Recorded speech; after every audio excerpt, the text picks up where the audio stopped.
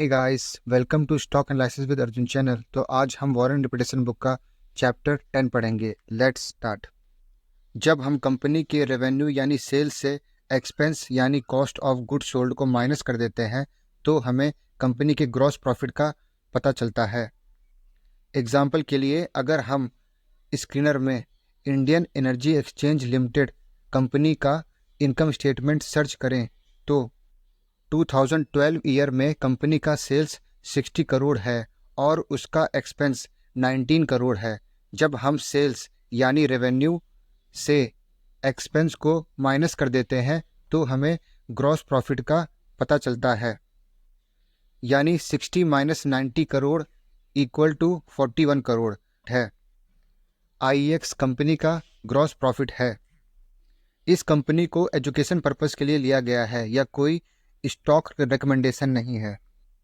Gross profit से हमें company के बारे में कुछ खास पता नहीं चलता, लेकिन जब हम ग्रॉस प्रॉफिट मार्जिन निकालते हैं तो हमें उससे यह पता चलता है कि कंपनी के पास ड्यूरेबल कॉम्पिटिटिव एडवांटेज है कि नहीं। जैसे IEX का 2012 का gross profit margin 68% of its gross profit रहा है। वॉरेन की फेवरेट कंपनी कोका कोला का ग्रॉस प्रॉफिट मार्जिन कंसिस्टेंट यानी लगातार 60% ऑफ इट्स ग्रॉस प्रॉफिट रहा है। मूडीज का 73% और व्रिंगली का, जो कि च्युइंगम बनाती है, उसका ग्रॉस प्रॉफिट मार्जिन लगातार 51% या उससे ऊपर रहा है अपने ग्रॉस प्रॉफिट का। जो चीज़ हाई ग्रॉस प्रॉफिट मार्जिन बनाए रखती है वह है कंपनी के पास ड्यूरेबल कॉम्पिटिटिव एडवांटेज का होना, जिसके कारण कंपनी अपने प्रोडक्ट और सर्विसेज को बेहतर दामों पे बेच पाती है। अगर कंपनी के पास कॉम्पिटिटिव एडवांटेज नहीं होगा तो कंपनी को अपने प्रोडक्ट और सर्विसेज के दामों को कम करना पड़ेगा ताकि वह कंपटीशन में बनी रहे, जिसके कारण कंपनी का ग्रॉस प्रॉफिट मार्जिन कम हो जाता है।